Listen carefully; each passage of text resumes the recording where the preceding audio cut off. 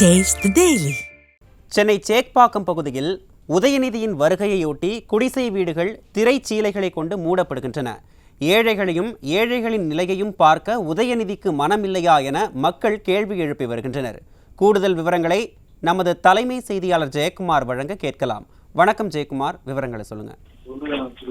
வணக்கம் அருண். திமுக ஆட்சியில் நாள்தோறும் போட்டோ ஷூட் நடக்காத நாட்களே இல்லை என்று சொல்லலாம். அப்படித்தான், அதாவது முதலமைச்சருடைய ஒவ்வொரு நாள் நிகழ்ச்சிகளும் ஒவ்வொரு போட்டோ ஷூட் விதவிதமாக கலராக இருக்கும்.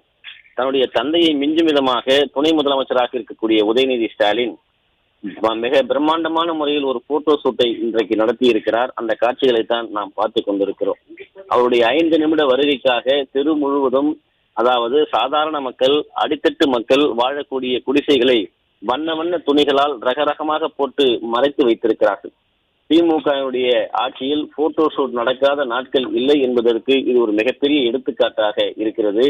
உதயநிதியினுடைய சேப்பாக்கம் தொகுதியாக இருக்கக்கூடிய சேப்பாக்கம் திருவல்லிக்கேணி லாக் நகர் பகுதியிலே, அதாவது பணி முடிந்தும் முடியாமலும் பல்நோக்கு கட்டடம் என்று கூறுகின்ற அந்த கட்டடத்தை திறந்து வைப்பதற்காக, அந்த நிகழ்ச்சியிலே பங்கேற்பதற்காக துணை முதலமைச்சர் உதயநிதி ஸ்டாலின் இன்றைக்கு அந்த பகுதிக்கு வருகை தந்திருக்கிறார். குறிப்பாக மக்கள் வாழ்வு மேம்பட்டதை போல நாடகம் நடத்தப்பட்டிருக்கிறது.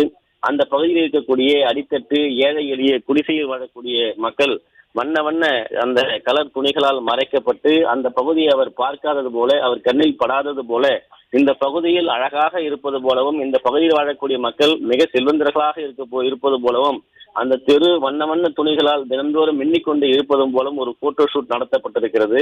அதைத்தான் நாம் பார்த்து கொண்டிருக்கிறோம். ஆனால் அந்த வண்ண வண்ண துணிகளை நகர்த்தினால் அந்த மக்கள் எப்படிப்பட்ட கொசுக்கடிகளிலும் சாக்கடைகளுக்கு மத்தியிலும் தங்களுடைய வாழ்க்கையை நகர்த்தி கொண்டிருக்கிறார்கள் என்பதை பார்க்க முடியும். துர்நாற்றம் இல்லாத அளவிற்கு அந்த பகுதி முழுவதுமாக அவர் வருகிறார் என்பதற்காக வாசனை திரவங்களும் போடப்பட்டிருக்கிறது, பிளீச்சிங் பவுடர்கள் போடப்பட்டிருக்கிறது, வண்ண வண்ண திரை சீலைகள் எல்லாம் கட்டப்பட்டிருக்கிறது.